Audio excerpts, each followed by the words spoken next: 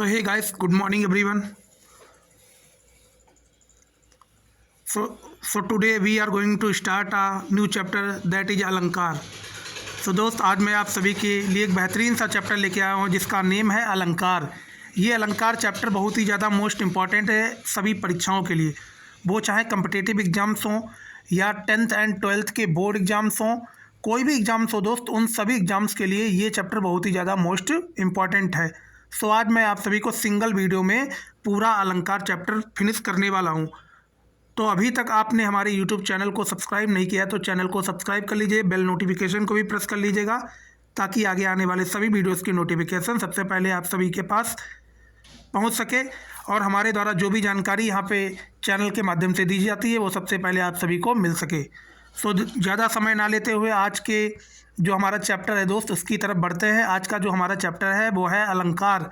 आज मैं आप सभी को बताता हूँ कि दोस्त अलंकार क्या होता है, उसके कितने भेद होते हैं और उसके मुख्यतः कितने भेद होते हैं, उसके कुल कितने भेद होते हैं और कौन कौन से अलंकार होते हैं, हम उनको कैसे पहचानेंगे उदाहरण की सहायता से. ये सभी तमाम जानकारी आपको इस वीडियो के माध्यम से मिलने वाली है. तो चलिए वीडियो की शुरुआत करते हैं. ये जो अलंकार चैप्टर है दोस्त ये बहुत ही ज़्यादा मोस्ट इम्पॉर्टेंट है सभी परीक्षाओं के लिए. भारत में होने वाली जितनी भी कम्पिटिटिव एग्ज़ाम्स हैं जिन भी कम्पिटिटिव एग्ज़ाम्स में हिंदी विषय पूछा जाता है दोस्त, उन सभी कम्पिटिटिव एग्ज़ाम्स के लिए यह चैप्टर बहुत ही ज़्यादा इम्पॉर्टेंट है. आप ध्यान से देखिएगा जो हमारे द्वारा यहाँ पे बताया जा रहा है. तो चलिए चैप्टर की शुरुआत करते हैं. आज का हमारा चैप्टर है अलंकार. अब जानते हैं कि अलंकार क्या होता है दोस्त. तो सबसे पहले आपको अलंकार का संधि विच्छेद मालूम होना चाहिए. अलंकार का संधि विच्छेद क्या होता है दोस्त.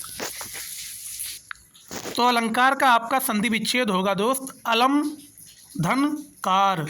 अलम प्लस कार, अलम प्लस कार, इसका क्या हो जाएगा, संधि विच्छेद हो जाएगा. अब अलम का मतलब क्या होता है ये आप बताइएगा.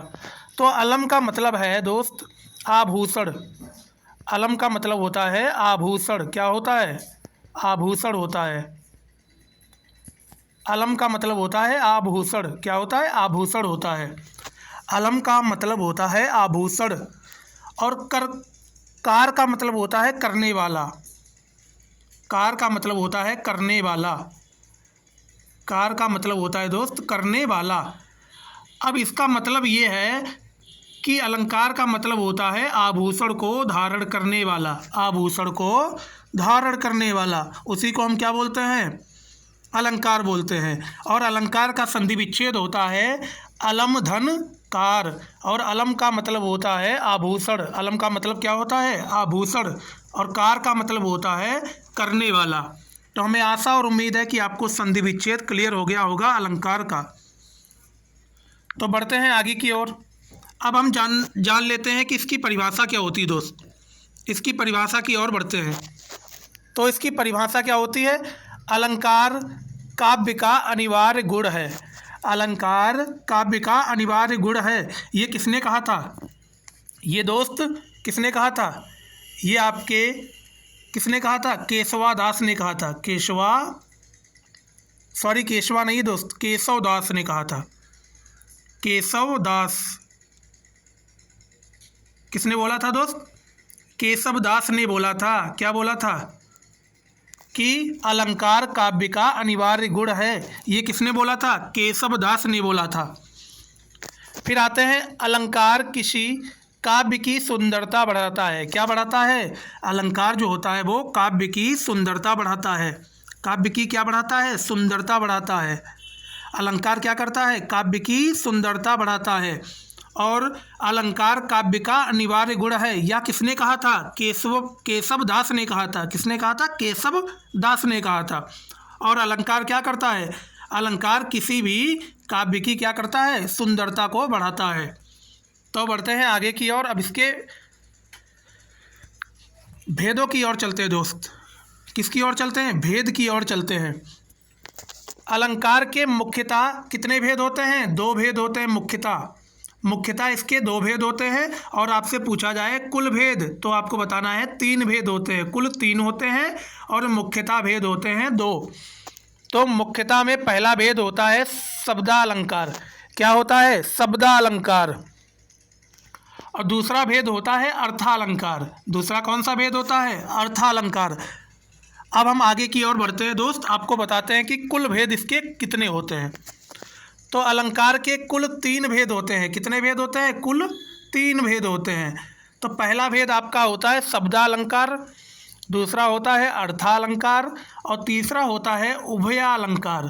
पहला भेद होता है शब्दालंकार, दूसरा भेद होता है अर्थालंकार, तीसरा भेद होता है उभयालंकार। तो हमें आशा और उम्मीद है कि आपको इसके मुख्यतः भेद भी क्लियर हो गए होंगे और इसके कुल भेद कितने होते हैं वो भी आपको क्लियर हो गया होगा। अब हम बढ़ते हैं एक एक भेद की ओर और जानते हैं कि इन भेदों का मतलब क्या होता है, कैसे हम इन्हें जानेंगे कि ये शब्दालंकार है, ये अर्थालंकार है या ये उभयालंकार है। चलिए बढ़ते हैं दोस्त शब्दालंकार की ओर। किसकी ओर? शब्दालंकार। तो जानिएगा कि शब्दालंकार क्या होता है। काव्य में शब्दों के कारण जो चमत्कार उत्पन्न होता है वहाँ शब्दालंकार होता है। शब्दालंकार का मतलब होता है दोस्त, काव्य में शब्दों के कारण जो भी चमत्कार उत्पन्न होता है उसी को हम बोलते हैं शब्दालंकार। शब्दालंकार की परिभाषा आपसे पूछा जाए तो आपको बताना है काव्य में शब्दों के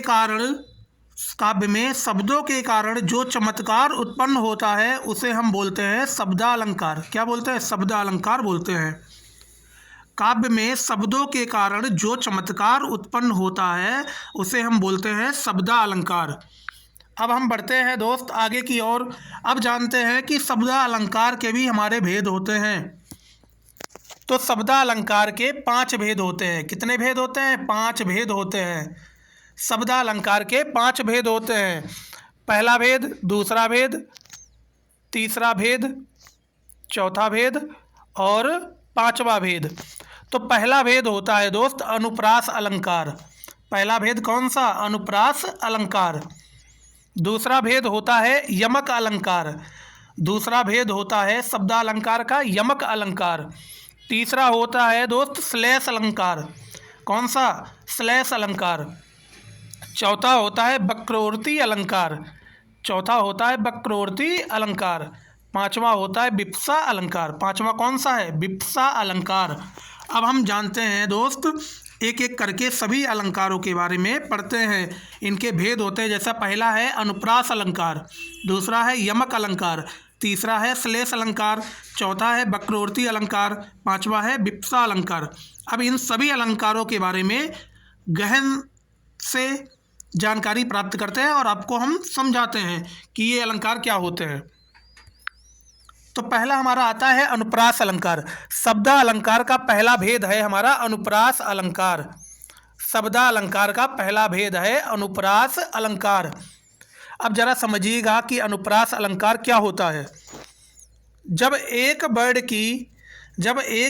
की आवृत्ति अनेक बार हो, याद रखिएगा, जब एक वर्ड की आवृत्ति अनेक बार हो तो वहाँ कौन सा अलंकार होगा? वहाँ पे अनुप्रास अलंकार होगा। कौन सा अलंकार? अनुप्रास अलंकार होगा। जब एक वर्ड की आवृत्ति अनेक बार हो, जब एक वर्ड की आवृत्ति अनेक बार हो तो वहाँ पे हमारा अनुप्रास अलंकार हो जाएगा। अब इस उदाहरण की सहायता से आपको समझाते हैं कि एक वर्ड की आवृत्ति कहाँ पे अनेक बार हुई है। अब जरा समझिएगा दोस्त, यहाँ लिखा है तरनी तनुजा तट तमाल तरुवर बहु छाए। तरनी तनुजा तट तमाल तरुवर बहु छाए। अब जरा यहाँ पे गौर करके देखिएगा दोस्त, यहाँ पे जरा गौर से देखिएगा एक एक चीज़ जो हम यहाँ पे बताने जा रहे हैं। यहाँ पे देखिए तरनी में ता आया, ता वर्ड की आवृत्ति हुई। भैया देखिए तरनी में ता वर्ड की आवृत्ति हुई। फिर देखिए तनुजा में ता वर्ड की आवृत्ति हुई, तनुजा में ता वर्ड की आवृत्ति हुई। फिर देखिए तट में ता वर्ड की आवृत्ति हो गई तिवारा से। फिर तमाल में देखिए ता वर्ड की आवृत्ति हो गई। फिर तरुवर में ता वर्ड की आवृत्ति हो गई। अब जरा गौर से देखिएगा, 1 2 3 4 5, 5 बार ता वर्ड की आवृत्ति हुई। ता वर्ड की आवृत्ति 5 बार हुई। कितनी बार हुई? 5 बार हुई। 5 बार ता वर्ड की आवृत्ति हुई। कितनी बार हुई? 5 बार ता वर्ड की आवृत्ति हुई। अभी मैंने आपको अनुप्रास अलंकार की परिभाषा में बताया था कि जब एक वर्ड की आवृत्ति अनेक बार होगी तो वहाँ पे होगा हमारा अनुप्रास अलंकार। तो ज़रा गौर से देखिएगा, यहाँ पे ता वर्ड की आवृत्ति कितनी बार हुई है? 5 बार हुई है। इसका मतलब है ता वर्ड की आवृत्ति अनेक बार हुई है। जब ता वर्ड की आवृत्ति अनेक बार हुई है तो इसका मतलब है ये वाला हमारा वाक्य अनुप्रास अलंकार हो जाएगा। कौन सा अलंकार हो जाएगा? अनुप्रास अलंकार हो जाएगा। हमें आशा और उम्मीद है कि आप सभी को अनुप्रास अलंकार क्लियर हो गया होगा। अब हम बढ़ते हैं आगे की ओर। अब कुछ और भी बेहतरीन से उदाहरण आपके लिए लेके आया हूं दोस्त, जो आपको यहाँ पे बताना है।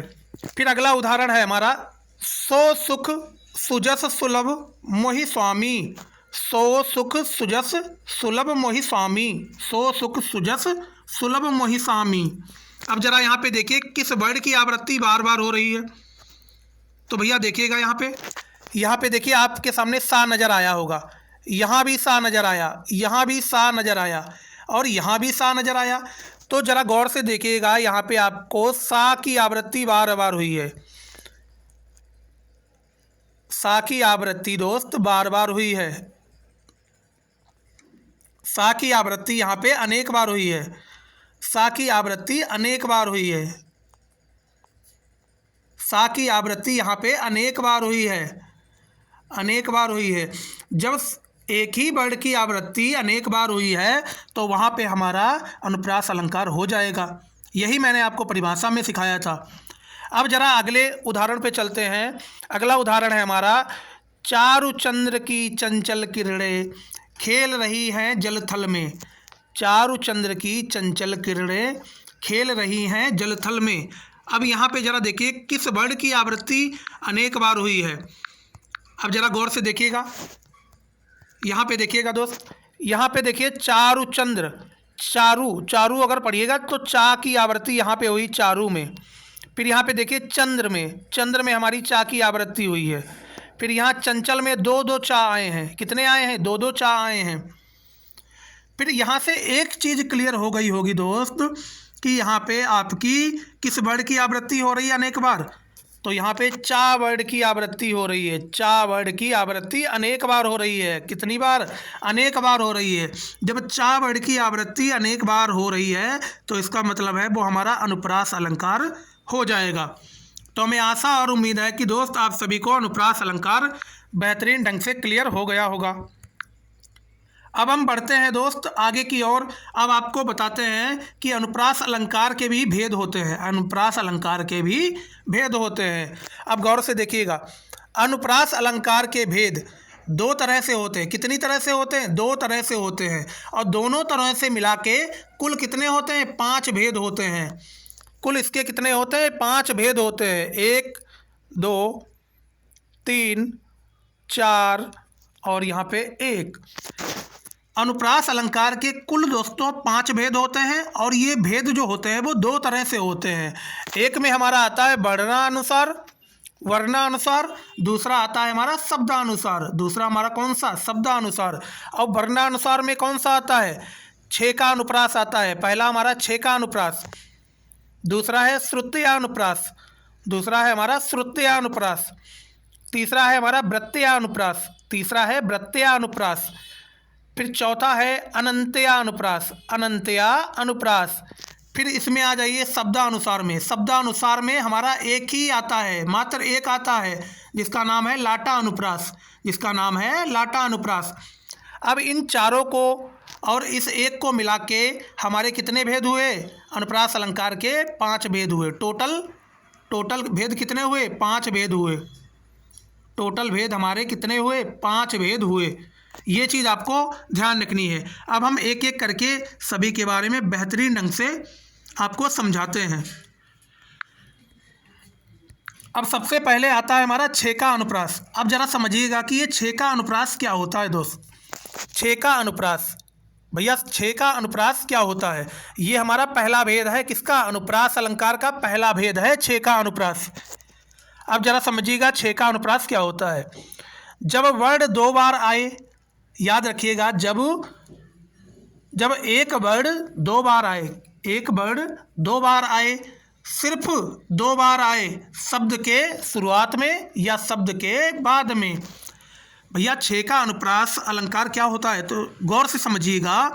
यहाँ पे कहा जा रहा है जब एक वर्ड दो बार आए, जब एक वर्ड दो बार आए, वो वर्ड चाहे शब्द के पहले आ जाए या शब्द के आखिरी में आ जाए, शब्द के शुरुआत में, या तो वाक्य के वो शुरुआत में आ जाए या तो वाक्य के आखिरी में आ जाए, या तो वाक्य के शुरुआत में आ जाए या तो वाक्य के आखिरी में आ जाए। पर जो एक वर्ड है वो दो बार आए तो वहाँ पे हमारा छः का अनुप्रास हो जाएगा, छः का अनुप्रास हो जाएगा। अब ज़रा समझिएगा भैया कैसे, ज़रा समझिएगा कैसे। अब यहाँ पे उदाहरण लिखा है, कानन कठिन भयंकर भारी, कानन कठिन भयंकर भारी। अब यहाँ पे ज़रा गौर से समझिएगा। छः का अनुप्रास में कहा गया है जब एक वर्ड दो बार आए, एक वर्ड दो बार आए, वो चाहे शुरुआत में आ जाए चाहे वो बाद में आ जाए। अब ज़रा यहाँ पे देखिए, यहाँ पे का वर्ड आया है शुरुआत में, यहाँ पे का वर्ड है और यहाँ पे का वर्ड है। तो यहाँ पे भैया देखिएगा, एक का वर्ड हमारा यहाँ पे आ गया और दूसरा का वर्ड हमारा यहाँ पे आ गया।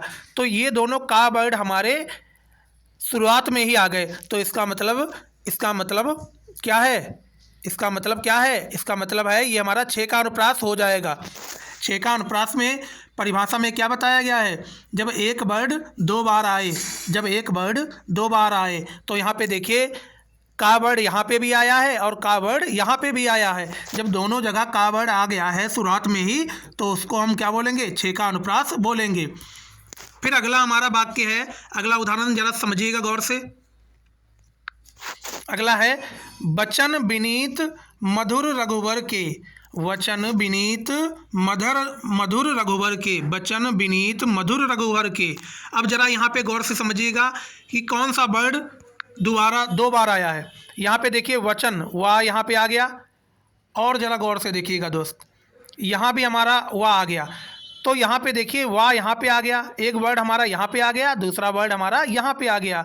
तब इन दोनों वर्डों को मिला के हमारा ये वाला वर्ड आ गया है।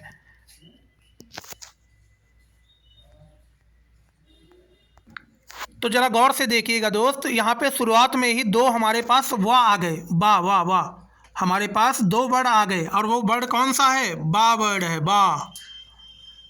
तो छः का अनुप्रास में यही कहा गया था, जब दो वर्ड क्या आ जाएं, जब एक वर्ड दो बार आए, जब एक वर्ड दो बार आए। तो यहाँ पे भैया देखिएगा, एक ही वर्ड है वो कितनी बार आया है, दो बार आया है। एक ही वर्ड है वो कितनी बार आया है, दो बार आया है, और वो दो बार जो आया है वो शुरुआत में ही आ गया है। तो इसका मतलब ये हमारा छः का अनुप्रास हो जाएगा। हमें आशा और उम्मीद है कि आपको छः का अनुप्रास बेहतरीन ढंग से क्लियर हो गया होगा। अब हमारा आता है अनुप्रास अलंकार का दूसरा भेद। अनुप्रास अलंकार का दूसरा भेद आ गया है जिसका नेम है श्रुत्यानुप्रास, श्रुत्यानुप्रास। अब जरा समझिएगा कि श्रुत्यानुप्रास क्या होता है। जहां ऐसे वर्ड आए जिनके उच्चारण स्थान एक ही हों, श्रुत्यानुप्रास में कहा जा रहा है दोस्त, जहां ऐसे वर्ड आए जिनके उच्चारण स्थान एक ही हों, उन्हें हम क्या कहेंगे, श्रुत्यानुप्रास अलंकार कहते हैं। अब समझिएगा कैसे। यहाँ लिखा है उदाहरण में, ता दीन दान दिन धन धानी, ता दीन दान दिन धन धानी, तन मन धन सब कुछ है तेरी। अब जरा यहाँ पे गौर से समझिएगा।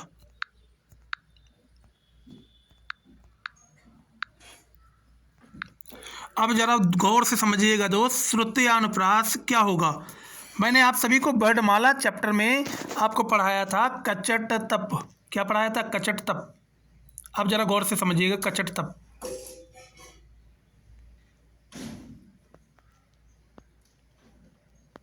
कचट तप। अब जरा गौर से देखिएगा भैया, इस पहले उदाहरण में हमारा देखिए ता वर्ड जो है वो शुरुआत में ही आ गया, ता वर्ड हमारा शुरुआत में आ गया।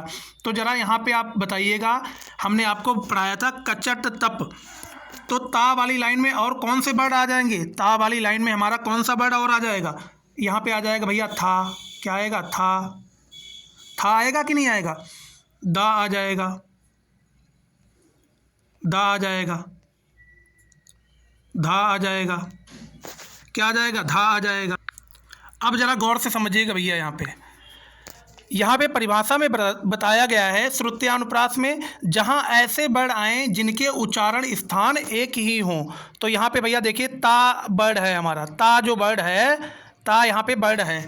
तो ता वर्ड हमने आपको कचट तप में पढ़ाया था, तो ता वर्ड यहाँ पे आता है आपका। तो ता वर्ड के आगे देखिए कौन कौन से आपके वर्ड आ रहे हैं, ता वर्ड की लाइन में कौन कौन से वर्ड आ रहे हैं? तो ता वर्ड की लाइन में आपका आ रहा है था, द, ध, न, ल, स, ये वर्ड आपके आ रहे हैं। तो इस वाले उदाहरण में ज़रा समझिएगा, इसमें दा आया, बिल्कुल आया भैया दा। अब ज़रा गौर से देखिएगा, यहाँ पे हमारा दा भी आ गया। कौन सा वर्ड आ गया? दा आ गया, दा आ गया। तो ज़रा देखिएगा दा यहाँ पे भी भैया है, ता वाली लाइन में हमारा देखिए दा है कि नहीं है? है। और ज़रा देखिएगा दा आया, दा भी हमारा उसी लाइन में है, ता वाली लाइन में, दा यहाँ पे भी है हमारा। और ज़रा गौर से देखिएगा भैया, और ज़रा गौर से देखिएगा ना भी है हमारा उसी लाइन में। अब ज़रा गौर से देखिएगा धा भी है हमारी उसी लाइन में, धा भी है, ना भी है हमारा, धा भी है, ना भी है। तो ज़रा एक चीज़ आपको क्लियर हो चुकी होगी, यहाँ पे देखिए ता का उच्चारण स्थान कहाँ पे है? इस वाली लाइन पे, यहाँ पे है। और इसके बाद वाले हमारे वर्ड ये हैं, था है, दा है, धा है, ना है, ला है, सा है। तो ये जितने भी वर्ड हैं, ये सभी वर्ड हमारे क्या हैं? ये सभी वर्ड हमारे किस में आ रहे हैं? ता की लाइन में आ रहे हैं। किस में आ रहे हैं? ता वाले स्थान में आ रहे हैं, ता की लाइन में आ रहे हैं। जब ये सारे वर्ड हमारे ता की लाइन में आ रहे हैं, तभी इस परिभाषा में बोला गया है जहाँ ऐसे वर्ड आए जिनके उच्चारण स्थान एक ही हों। तो इस वाले उदाहरण में मैंने आप सभी को बताया है कि इसमें जितने भी वर्ड हैं वो सभी हमारे ता वाली लाइन में आ रहे हैं। किस लाइन में आ रहे हैं? ता वाली लाइन में आ रहे हैं। तो हमें आशा और उम्मीद है कि आपको ये उदाहरण क्लियर हो चुका होगा, ये उदाहरण क्लियर हो चुका होगा। अब ज़रा अगला उदाहरण देखिए, यहाँ पे देखिए शुरुआत में हमारा ता वर्ड आ गया। कौन सा वर्ड आ गया? ता वर्ड आ गया। कौन सा वर्ड आ गया? ता वर्ड आ गया।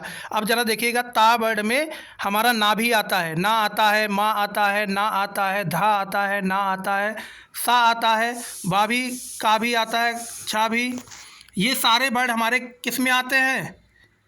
ये सारे वर्ड भैया हमारे किस में आते हैं? ता वाली लाइन में आते हैं। तो ज़रा देखिए ता वाली लाइन में हमारा था आता है, दा आता है, धा, ना, ल, सा, ये सभी वर्ड हमारे ता वाली लाइन में आते हैं। जब हमारे ता वाली लाइन में इसमें से काफ़ी ज़्यादा वर्ड हमें मिल गए देखने को, तो इसका मतलब यहाँ पे हमारा कौन सा अलंकार हो जाएगा? श्रुत्या अलंकार हो जाएगा। तो हमें आशा और उम्मीद है कि आपको श्रुत्या अलंकार क्लियर हो गया होगा। अब ज़रा गौर से देखिएगा दोस्त, तीसरा आता है हमारा वृत्तीय अनुप्रास। कौन सा अनुप्रास? वृत्तीय अनुप्रास अलंकार आ गया है तीसरा। अब जरा गौर से इसे समझिएगा, कैसे, इसे हम कैसे समझेंगे? वृत्तीय अनुप्रास क्या होता है? इसकी पहली पहचान दोस्त याद रखिएगा, अनुप्रास अलंकार के सभी उदाहरण वृत्तीय अनुप्रास में होंगे। अनुप्रास अलंकार के जितने भी उदाहरण होते हैं वो सभी उदाहरण हमारे वृत्तीय अनुप्रास में आ जाएंगे। अब इसकी दूसरी पहचान क्या है? दूसरी पहचान है यदि शब्द रिपीट हो, यदि शब्द रिपीट हो और रिपीट शब्द का अर्थ एक ही हो, मतलब दोनों शब्द के अर्थ एक ही हों, वहाँ वृत्तीय अनुप्रास अलंकार होगा। भैया वृत्तीय अनुप्रास की पहचान है जब शब्द रिपीट होगा, जब शब्द रिपीट होगा और उन दोनों जो रिपीट वाले शब्द हैं उन दोनों रिपीट वाले शब्दों का अर्थ भी एक ही होगा, अर्थ भी समान होगा, तो वहाँ पे हमारा वृत्तीय अनुप्रास अलंकार हो जाएगा। अब ज़रा दोबारा से सुनिएगा, वृत्तीय अनुप्रास में दोस्तों होता है जब एक शब्द दो बार रिपीट हो, जब एक शब्द दो बार रिपीट हो, जब एक शब्द रिपीट हो और उन दोनों रिपीट वाले शब्दों का अर्थ एक जैसा हो, अर्थ एक समान हो तो वहाँ पे हमारा वृत्तीय अनुप्रास हो जाएगा। अब इसको हम उदाहरण की सहायता से समझते हैं। तो यहाँ पे लिखा है गरम गरम समोसे ले आना। तो यहाँ पे देखिएगा भैया, यहाँ पे एक शब्द ऐसा है जो 2 बार रिपीट हुआ है। एक शब्द ऐसा है जो 2 बार रिपीट हुआ है। एक शब्द ऐसा है जो 2 बार रिपीट हुआ। पहला शब्द हमारा ये गरम, दूसरा शब्द हमारा ये वाला गरम। अब ज़रा देखिएगा, क्या इस गरम का मतलब गर्म है और इस गरम का मतलब ठंडा तो है नहीं? ऐसा तो है नहीं दोस्त। इस गरम का मतलब भी गरम और इस गरम का मतलब भी गरम। ऐसा तो नहीं है कि इस वाले गरम का मतलब गरम है और इस वाले गरम का मतलब ठंडा है, ऐसा नहीं है। तो यही आपको बताया गया था, यही परिभाषा में बताया गया था। दोबारा से परिभाषा की ओर बढ़ते हैं। तो वृत्तीय अनुप्रास में यही बताया गया था, जब 2 शब्द रिपीट हों, जब शब्द रिपीट हो और रिपीट वाले शब्दों का अर्थ एक समान हो तो वहाँ पे हमारा वृत्तीय अनुप्रास हो जाएगा। तो देखिए यहाँ पे शब्द हमारे रिपीट हुए हैं। शब्द क्या हुए हैं? शब्द हमारे दोनों रिपीट हुए हैं और दोनों रिपीट हुए शब्दों का अर्थ भी एक ही समान है। अर्थ भी एक ही समान है और अर्थ क्या है हमारा? गर्म। क्या है? गर्म। दोनों शब्दों का अर्थ भी हमारा एक ही समान है। तो इसका मतलब यहाँ पे हमारा कौन सा अलंकार हो जाएगा? यहाँ पे कौन सा अलंकार हो जाएगा? वृत्तीय अनुप्रास अलंकार हो जाएगा। तो हमें आशा और उम्मीद है कि आप सभी को हर एक चीज़ यहाँ पे क्लियर हो रही होगी। फिर अगला उदाहरण है, ठंडे ठंडे पानी से नहाना चाहिए। अब भैया यहाँ पे देखिए, यहाँ पे एक शब्द आया है हमारा यहाँ पे ठंडे और दूसरा शब्द हमारा यहाँ पे आया है ठंडे। क्या इस वाले ठंडे का अर्थ कुछ अलग है और इस वाले ठंडे का अर्थ अलग है? ऐसा है? नहीं, बिल्कुल नहीं है। अब ज़रा गौर से समझिएगा, इस वाले ठंडे का मतलब भी ठंडा है और इस वाले ठंडे का मतलब भी ठंडा है। तो यहाँ पे कौन सा अलंकार हो जाएगा? वृत्तीय अनुप्रास अलंकार हो जाएगा। आपको परिभाषा में ये बताया गया था, जब शब्द रिपीट हो और रिपीट वाले शब्दों का अर्थ एक समान हो तो इन दोनों शब्दों का अर्थ भी एक ही समान है, मतलब ठंडा। ठंडा, इन दोनों शब्दों का अर्थ भी एक ही समान है और अर्थ क्या है? ठंडा। तो हमें आशा और उम्मीद है कि आपको वृत्तीय अनुप्रास बेहतरीन ढंग से क्लियर हो चुका होगा। अब ज़रा एक उदाहरण दोस्त आपके सामने और भी आ गया है। यहाँ पे लिखा है धीरे धीरे से मेरी ज़िंदगी में आना। तो इसका मतलब क्या है दोस्त? अब ज़रा गौर से समझिएगा, धीरे धीरे से मेरी ज़िंदगी में आना। तो यहाँ पे जो धीरे लिखा है और यहाँ पे धीरे लिखा है, तो इन दोनों शब्दों का अर्थ क्या है? एक समान है। इसका भी मतलब है धीरे और इसका भी मतलब है धीरे। ऐसा नहीं है कि इसका मतलब हो जोर और इसका मतलब हो धीरे, ऐसा नहीं हो सकता है। तो इन दोनों का अर्थ भी क्या है? समान है और समान अर्थ है क्या? मतलब धीरे। इन दोनों का अर्थ भी क्या है? समान है। तो यहाँ पे हमारा कौन सा अलंकार हो जाएगा? वृत्तीय अनुप्रास अलंकार हो जाएगा। वृत्तीय अनुप्रास अलंकार में आपको बताया गया था कि शब्द रिपीट होगा। शब्द क्या होगा? रिपीट होगा और रिपीट वाले शब्द का अर्थ भी एक जैसा होगा, एक समान होगा।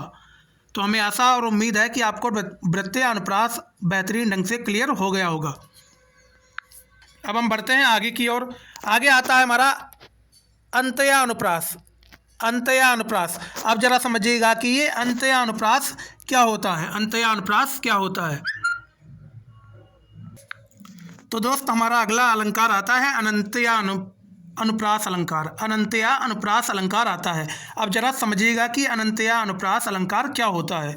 तो दोस्त याद रखिएगा, इसमें क्या बनता है? अंत में तुक बनती है। अंत में क्या बनती है भैया? अंत में तुक बनती है। अंत में क्या बनती है? तुक बनती है।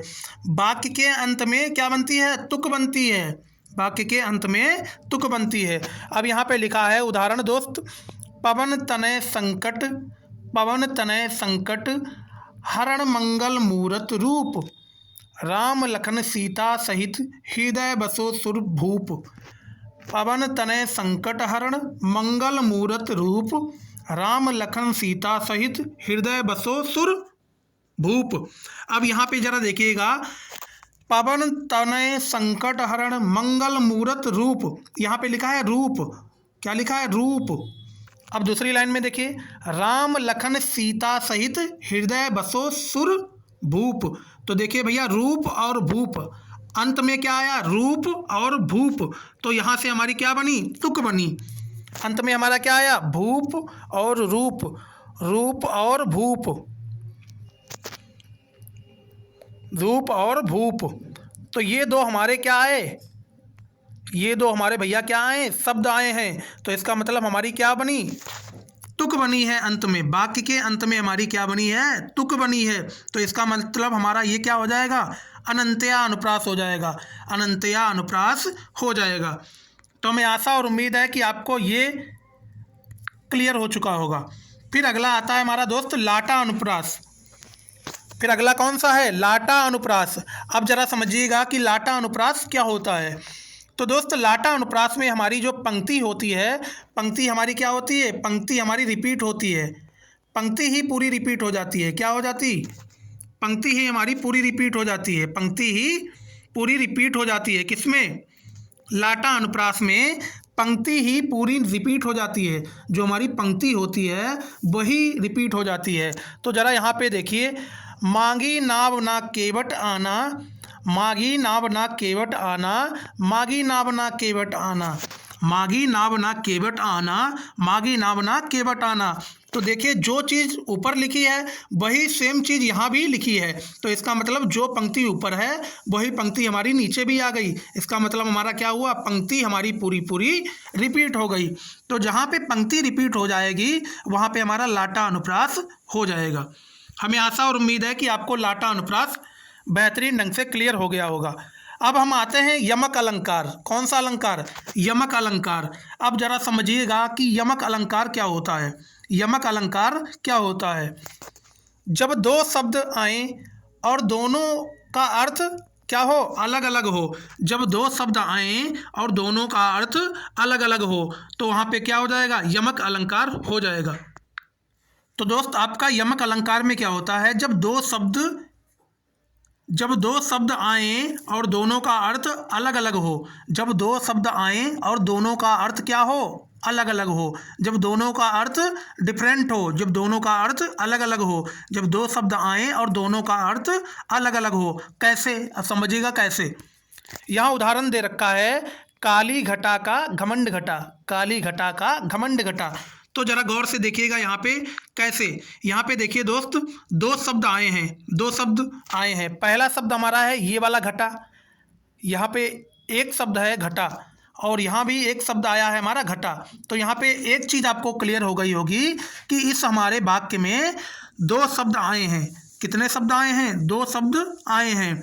और एक शब्द का मतलब है दोस्त काली घटा। इस वाले घटा का मतलब है बादल। क्या है, बादल।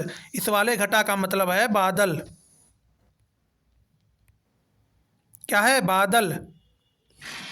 और इस वाले घटा का मतलब क्या है, इस वाले घटा का मतलब है कम होना। इस वाले घटा का मतलब है कम होना, कम होना।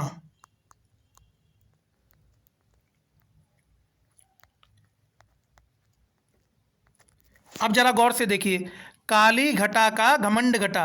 तो एक घटे का मतलब है दोस्त बादल, एक घटा का मतलब है बादल, और दूसरे घटा का मतलब है कम होना, दूसरे घटा का मतलब है कम होना। और यमक अलंकार में क्या होता है, यमक अलंकार में दोस्तों क्या होता है, तो यमक अलंकार में दो शब्द आते हैं, दो शब्द आते हैं, दो शब्द आए और उन दोनों शब्दों के अर्थ जो हैं वो अलग अलग हों, दोनों शब्दों के अर्थ अलग अलग हों। तो यहाँ पे देखिए भैया, दो शब्द आए हैं, एक शब्द का अर्थ है बादल और दूसरे शब्द का अर्थ है हमारा कम होना। तो दोनों शब्दों के अर्थ भी हमारे अलग अलग हैं। तो ये वाला उदाहरण हमारा यमक अलंकार का उदाहरण हो जाएगा। तो हमें आशा और उम्मीद है कि आप सभी को ये चीज़ें क्लियर हो रही होंगी। अब अगला उदाहरण आपके सामने देखिए लेके आया हूँ बेहतरीन, इसका आप बताइएगा।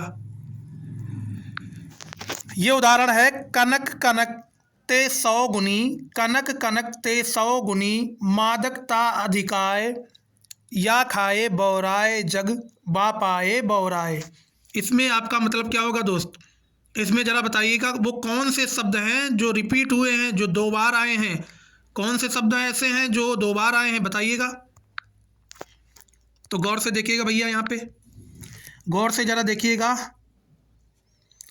यहाँ पे भैया देखिएगा, पहला शब्द है हमारा कनक, ये वाला कनक, और दूसरा शब्द ये वाला कनक। गौर से समझिएगा, ये वाला कनक, ये वाला कनक। इस वाले कनक का मतलब भैया क्या होता है, एक कनक का मतलब है यहाँ पे धतूरा। क्या भैया? धतूरा। इस वाले कनक का मतलब है धतूरा और इस वाले कनक का मतलब है सोना। इस वाले कनक का मतलब है भैया सोना। क्या है? सोना।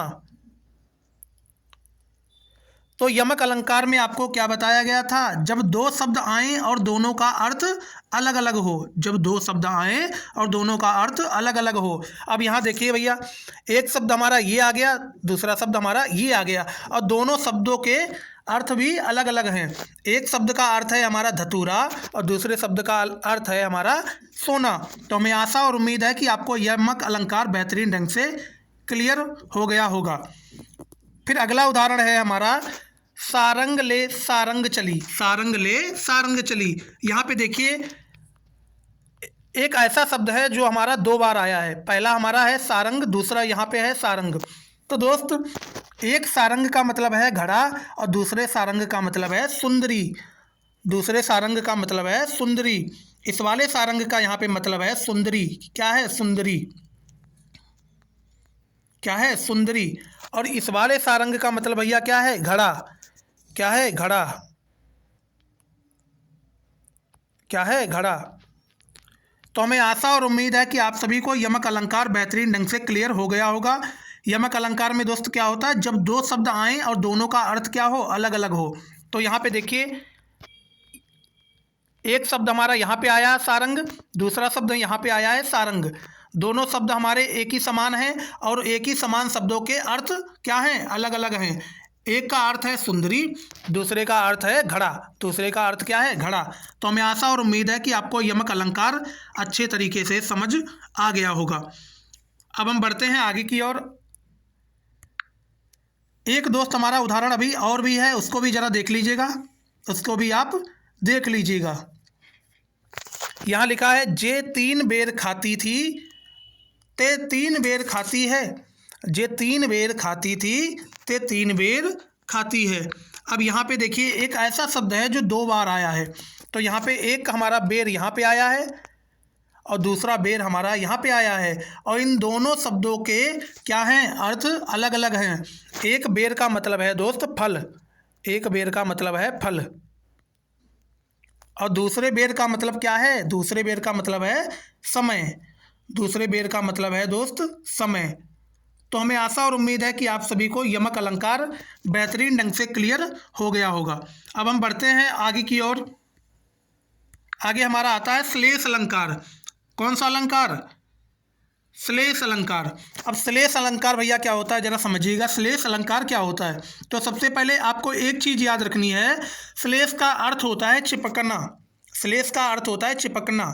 श्लेष का अर्थ क्या होता है? चिपकना। श्लेष का अर्थ आपको याद रखना है। श्लेष का अर्थ होता है दोस्त चिपकना। अब इसकी परिभाषा जरा गौर से देखिएगा। जहाँ शब्द एक हो, जहाँ पे शब्द एक हो और उसके अर्थ क्या हैं? उसके अर्थ अनेक हों। दोस्त श्लेष अलंकार में क्या होता है? यहाँ पे एक शब्द होता है और एक शब्द के अर्थ जो होते हैं वो अनेक होते हैं। अर्थ क्या होते हैं? अनेक होते हैं। तो वहाँ पे हमारा श्लेष अलंकार हो जाएगा। श्लेष अलंकार में क्या होता है? यहाँ पे शब्द एक होता है और उस शब्द के जो अर्थ होते हैं वो अनेक होते हैं। शब्द के अर्थ होते हैं अनेक, तो उसी को हम बोलते हैं श्लेष अलंकार। अब हम उदाहरण की ओर चलते हैं और भी बेहतरीन ढंग से आपको क्लियर करते हैं कि कैसे। यहाँ पे उदाहरण लिखा है मंगन को देख पट देती बार बार है। मंगन को देख पट देती बार बार है। मंगन को देख पट देती बार बार है। अब यहाँ पे गौर करके देखिएगा, एक यहाँ पे शब्द है दोस्त जिसके अर्थ कई हैं, जिसके अर्थ बहुत से हैं। अब जरा देखिएगा मंगन को देख पट, यहाँ पे जो पट लिखा है पट, ये वाला पट भैया, ये पट, इस पट का अर्थ क्या है भैया? अब बताइएगा जरा। इस पट के दो अर्थ हैं। इस पट के दो अर्थ हैं। एक अर्थ है हमारा वस्त्र। एक अर्थ क्या है? वस्त्र है। एक अर्थ है हमारा इसका वस्त्र। पट का मतलब होता है वस्त्र। और दूसरा क्या है? दूसरा है दरवाजा। दूसरा अर्थ है दोस्त दरवाजा। क्या है? दरवाजा। तो श्लेष अलंकार में क्या बताया गया था? श्लेष अलंकार में आपको बताया गया था दोस्त, जहाँ शब्द एक हो, जहाँ शब्द एक हो और उसके अर्थ क्या हों, उसके अर्थ अनेक हों। तो यहाँ पे शब्द देखिए भैया एक ही है। शब्द कौन सा है? पट। और इस पट के अर्थ कितने हैं? इस पट के अर्थ हमारे दो हैं। एक है वस्त्र, एक पट का अर्थ है हमारा वस्त्र और दूसरे पट का अर्थ है दरवाज़ा, दूसरे पट का अर्थ है दरवाज़ा। तो हमें आशा और उम्मीद है कि आपको श्लेष अलंकार क्लियर हो गया होगा। फिर अगला उदाहरण है हमारा, प्रियम बतला दो मेरा लाल कहाँ है। प्रियम बतला दो मेरा लाल कहाँ है। प्रियम, सॉरी यहाँ पे प्रियम नहीं दोस्त, प्रियतम होना चाहिए। प्रियतम, यहाँ पे सही कर लीजिएगा आप, प्रियतम।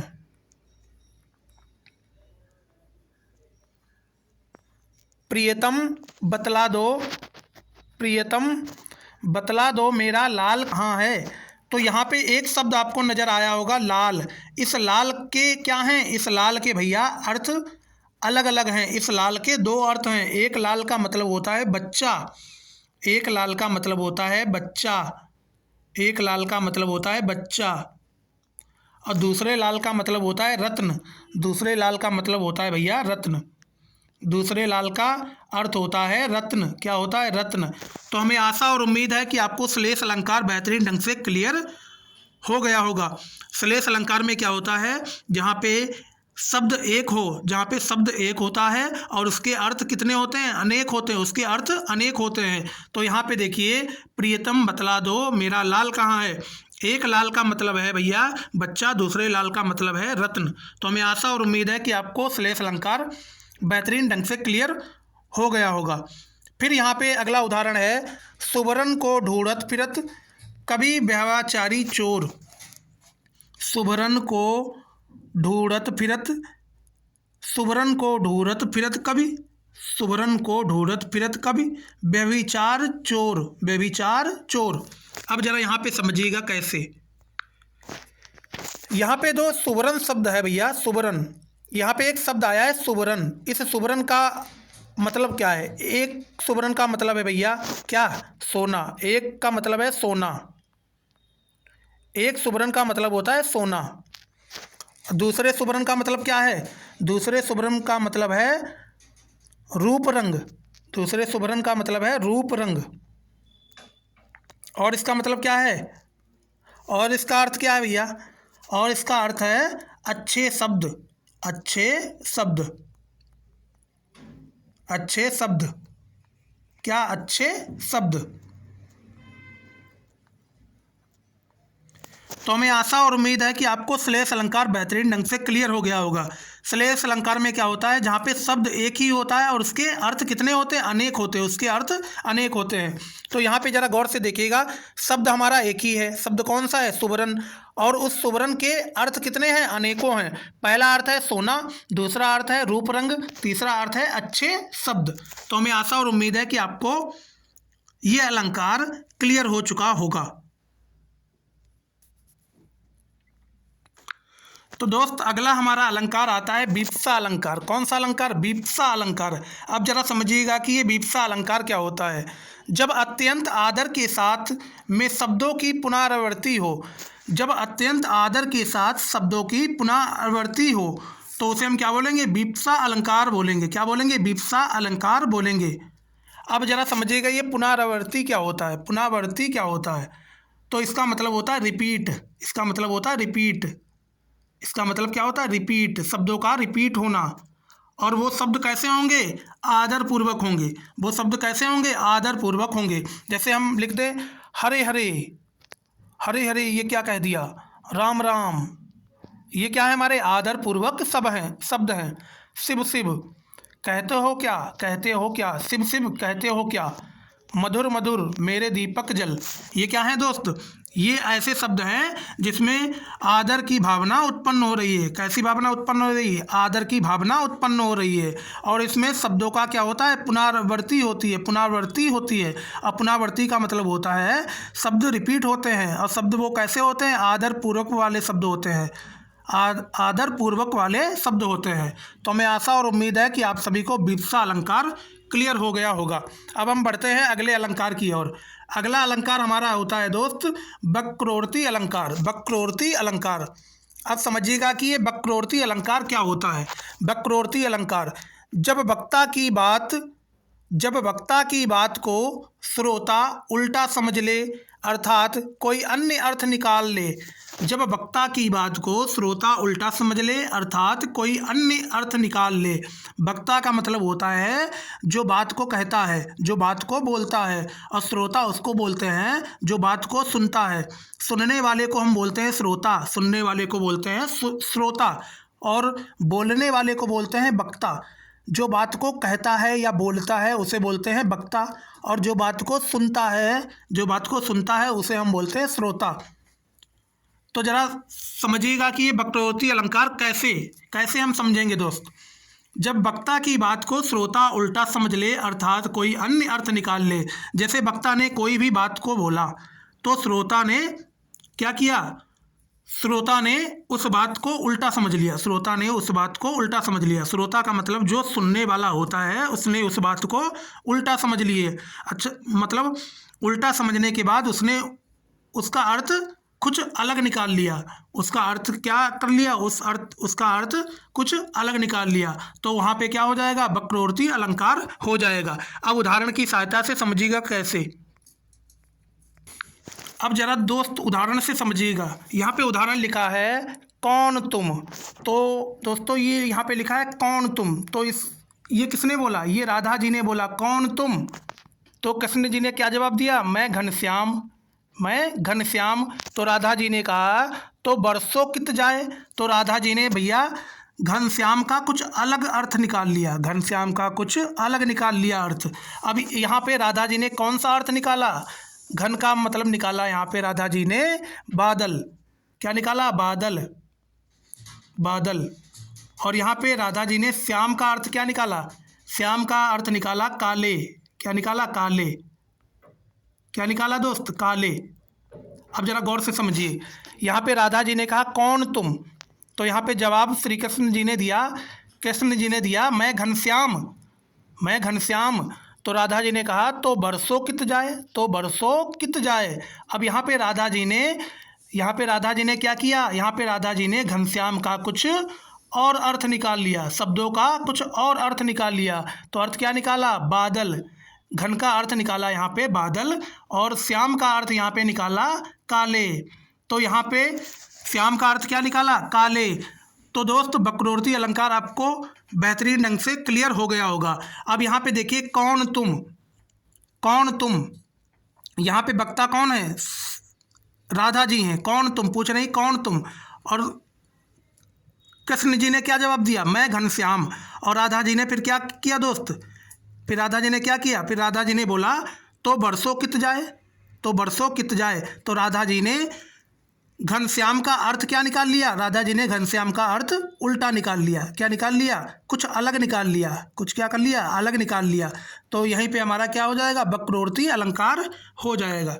तो मैं आशा और उम्मीद है कि आपको ये चीज़ क्लियर हो गई होगी। अब अगला उदाहरण आता है दोस्त हमारा, फिर कौन द्वार पर, कौन द्वार पर। राधा जी ने कहा कौन द्वार पर। फिर कृष्ण जी ने कहा राधे मैं हरि, राधे मैं हरि। क्या बानर का यहाँ काम, क्या बानर का यहाँ काम। तो राधा जी ने कहा यहाँ पे बानर का क्या काम है। तो राधा जी ने यहाँ पे अलग सेंस निकाल लिया। राधा जी ने यहाँ पे शब्द का अर्थ अलग निकाल लिया। क्या निकाल लिया, अलग निकाल लिया, मतलब उल्टा निकाल लिया। तो यहाँ पे क्या हो जाएगा, वक्रोक्ति अलंकार हो जाएगा। दोबारा सुनिएगा, कौन द्वार पर, कौन द्वार पर। राधा जी ने कहा कौन द्वार पर। फिर वहाँ से जवाब आया, कृष्ण जी ने जवाब दिया राधे मैं हरि, राधे मैं हरि। तो राधा जी ने दोबारा से कहा क्या बानर का यहाँ काम। तो राधा जी ने कहा यहाँ पे बानर का क्या काम है। राधा जी ने कहा यहाँ पे बानर का क्या काम है। तो राधा ने यहाँ पे क्या किया दोस्त, यहाँ पे शब्दों का अर्थ उल्टा निकाल लिया, अलग निकाल लिया। तो हमें आशा और उम्मीद है कि आपको वक्रोक्ति अलंकार क्लियर हो गया होगा, वक्रोक्ति अलंकार बेहतरीन ढंग से क्लियर हो गया होगा। अब हम आते हैं अर्थालंकार। यहाँ तक दोस्त हमारा शब्दालंकार था। शब्दालंकार हमारा फिनिश हो चुका है। शब्दालंकार क्या हो चुका है? फिनिश हो चुका है। अब हम बढ़ते हैं अर्थालंकार की ओर। अब किसकी ओर बढ़ते हैं? अर्थालंकार की ओर बढ़ते हैं। अर्थालंकार की ओर बढ़ते हैं। अर्थालंकार में भैया पहला हमारा अलंकार आता है उपमा अलंकार। पहला अलंकार आता है उपमा अलंकार। अब जरा समझिएगा, उपमा का अर्थ होता है तुलना। उपमा का अर्थ होता है तुलना। क्या होता है? तुलना। उपमा का अर्थ होता है दोस्त तुलना। क्या होता है? तुलना। उपमा का अर्थ भैया होता है तुलना। क्या होता है? तुलना। उपमा के भी 4 अंग होते हैं। उपमा के कितने अंग होते हैं? 4 अंग होते हैं। पहला अंग होता है उपमेय। अब उपमेय क्या होता है? उपमेय वो होता है जिसकी तुलना हो। जिसकी तुलना हो भैया, उपमेय उसको बोलेंगे जिसकी तुलना हो। और उपमान उसे बोलते हैं जिससे तुलना हो। उपमान किसे बोलते हैं? जिससे तुलना हो। जिससे तुलना हो उसे हम बोलेंगे उपमान। और वाचक शब्द, वाचक शब्द सा, से, सी, जैसा, सरिस, सम, सामान, ये शब्द आ जाएंगे आपके। तो ये क्या है? वाचक शब्द है। फिर आता है चौथा अंग है हमारा समान धर्म। जो गुण उपमेय और उपमान में समान हो। याद रखिएगा, ऐसे गुण जो उपमेय और उपमान में क्या हों? समान हों, तो उन्हें हम बोलेंगे समान धर्म। उन्हें हम क्या बोलेंगे? समान धर्म बोलेंगे। तो मैं आशा और उम्मीद है कि आपको उपमा अलंकार बेहतरीन ढंग से क्लियर हो गया होगा। अब हम बढ़ते हैं उदाहरण की ओर, ताकि आपको और भी अच्छे से क्लियर हो जाए हर एक चीज़। अब जरा यहाँ पे देखिए, उदाहरण हमारे पास है दोस्त, चांद सा सुंदर चेहरा। चांद सा सुंदर चेहरा। अब भैया यहाँ पे देखिए, ये जो चांद शब्द है ये हमारा कौन सा शब्द है? इसे हम क्या बोलेंगे? ये जो चांद है हमारा, इसे हम क्या बोलेंगे? इसे हम बोलेंगे भैया उपमान। क्या बोलेंगे? उपमान बोलेंगे। ये हमारा क्या है? उपमान है। ये क्या है? उपमान है। क्या है भैया? उपमान है। अब यहाँ पे जो सा शब्द है, सा, ये सा शब्द, ये हमारा क्या है? ये हमारा है वाचक शब्द। कौन सा शब्द? वाचक शब्द है हमारा। वाचक शब्द, वाचक शब्द। यहाँ पे जो सा है दोस्त, ये हमारा वाचक शब्द है। और यहाँ पे जो सुंदर लिखा है, सुंदर, ये हमारा क्या है? समान धर्म है। क्या है? समान धर्म है। समान धर्म, समान धर्म, क्या है? समान धर्म है। अब यहाँ पे जो चेहरा लिखा है, चेहरा, चेहरा भैया क्या है? उपमेय है। चेहरा जो है वो क्या है? उपमेय है। उपमेय, क्या है? उपमेय है। अब जरा दोबारा से समझिएगा, अभी मैंने आपको बताया था उपमेय क्या होता है। उपमेय भैया क्या होता है? जिसकी तुलना हो। उपमेय क्या होता है? जिसकी तुलना हो। यहाँ पे भैया उपमेय क्या होता है? उपमेय होता है जिसकी तुलना हो। अब जरा गौर से समझिएगा, उपमेय क्या होता है? जिसकी तुलना हो। उपमेय क्या होता है? जिसकी तुलना हो। तो भैया यहाँ पे चेहरे की तुलना किसके साथ की जा रही है? चेहरे की तुलना चांद से की जा रही है। चांद से की जा रही है। मैंने आपको बताया था जिसकी तुलना होगी उसे हम बोलेंगे उपमेय, और जिससे तुलना होगी उसको बोलेंगे उपमान। जिससे तुलना होगी उसे बोलेंगे उपमान, और जिसकी तुलना होगी उसे बोलेंगे उपमेय, और जिससे तुलना होगी उसे बोलेंगे उपमान। उसे क्या बोलेंगे? उपमान बोलेंगे। तो चेहरे की तुलना हो रही है उसे हम बोलेंगे उपमेय, और चांद से उसकी चेहरे की तुलना हो रही है। चेहरे की तुलना चांद से हो रही है तो चांद को हम बोलेंगे उपमान। क्या बोलेंगे? उपमान। और यहाँ पे जो सुंदर शब्द है, सुंदर, ये हमारा समान धर्म वाला शब्द है। समान धर्म, अभी मैंने आपको बताया था समान धर्म क्या होता है। दोबारा से देखिएगा, समान धर्म, जो गुण उपमेय और उपमान में समान हो। अब जरा भैया देखिए, जो गुण उपमेय और उपमान में समान हो, तो देखिए चांद में भी समान है हमारा सुंदर, और चेहरे में भी समान है। क्या शब्द है? समान। सुंदर समान है, तो इसी को हम बोलेंगे समान धर्म। अब यहाँ पे हमने आपको बताया था वाचक शब्द। वाचक शब्द यहाँ पे देखिए, वाचक शब्द में आपको बताया था सा है, से है, सी है, जैसा, सरिस, सम, समान, ये सभी शब्द आ जाएंगे। ये हमारे क्या हो जाएंगे? वाचक शब्द। यहाँ पे वाचक शब्द भी आ गया, वाचक शब्द भी आ गया, तो ये हमारा क्या हो जाएगा? उपमा अलंकार हो जाएगा। क्या हो जाएगा? उपमा अलंकार हो जाएगा। जब भैया जब चारों हो तो क्या हो जाएगा, पूर्णोपमा हो जाएगा, पूर्णोपमा हो जाएगा। अब जरा गौर से देखिए, जब चारों अंग आ जाएंगे, जब चारों अंग, पहला अंग ये, फिर ये, फिर ये, अब ये देखिए चारों अंग आ गए उपमा अलंकार के। जब हमारे पास चारों अंग हैं तो इन्हें हम बोलेंगे पूर्णोपमा। क्या बोल देंगे, पूर्णोपमा बोल देंगे। तो हमें आशा और उम्मीद है कि आपको उपमा बेहतरीन ढंग से क्लियर हो गया होगा। तो आगे चलते हैं दोस्त, आगे हमारा आता है रूपक अलंकार। अब जरा समझिएगा कि रूपक अलंकार क्या होता है। रूपक अलंकार भैया होता है जब उपमेय और उपमान को एक योजक चिन्ह द्वारा जोड़ दिया जाता है। योजक चिन्ह, इसे हम बोलते हैं योजक चिन्ह। जब उपमेय और उपमान को एक योजक चिन्ह के द्वारा क्या कर दिया जाता है, जोड़ दिया जाता है, तो उसे हम बोलते हैं रूपक अलंकार। जब उपमेय और उपमान को एक कर दिया जाए, जब उपमेय और उपमान को क्या कर दिया जाए, एक कर दिया जाए, तो वहाँ पे भी हमारा रूपक अलंकार हो जाएगा। उपमेय में उपमान का भेद रहित आरोप कर दिया जाए, जब उपमेय में उपमान का भेद रहित आरोप कर दिया जाए, वहाँ भी हमारा रूपक अलंकार हो जाएगा। अब हम बढ़ते हैं उदाहरण की ओर, ताकि आपको बेहतरीन ढंग से अच्छे से समझा सकूं।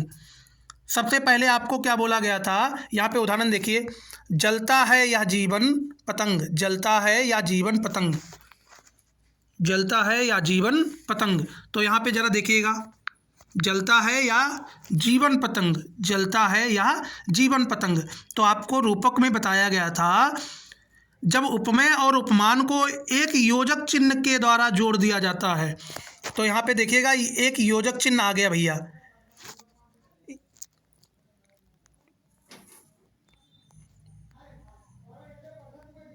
देखिए भैया योजक चिन्ह आ गया यहाँ पे, उपमेय और उपमान के बीच में यहाँ पे योजक चिन्ह आ गया है। जब उपमेय और उपमान के बीच में योजक चिन्ह के द्वारा उपमेय और उपमान को जब जोड़ दिया गया है, तो इसका मतलब ये हमारा रूपक अलंकार हो जाएगा। क्या अलंकार हो जाएगा, रूपक अलंकार हो जाएगा। तो हमें आशा और उम्मीद है कि आपको रूपक अलंकार क्लियर हो गया होगा। अब हम चलते हैं अगले उदाहरण पे।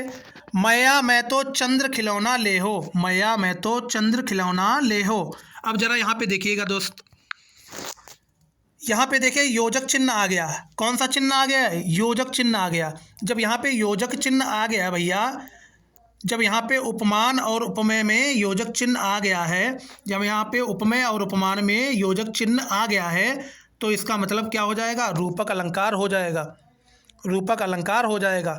तो हमें आशा और उम्मीद है कि आपको रूपक अलंकार बेहतरीन ढंग से क्लियर हो गया होगा। रूपक अलंकार आपको बेहतरीन ढंग से क्लियर हो गया होगा।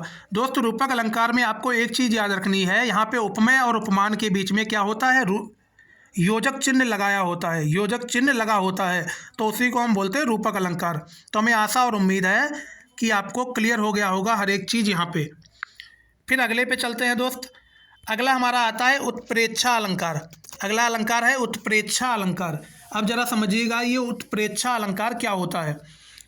जब उपमेय और उपमान में समानांतरता के कारण एक होने की संभावना की जाए, अर्थात उपमान की कल्पना की जाए।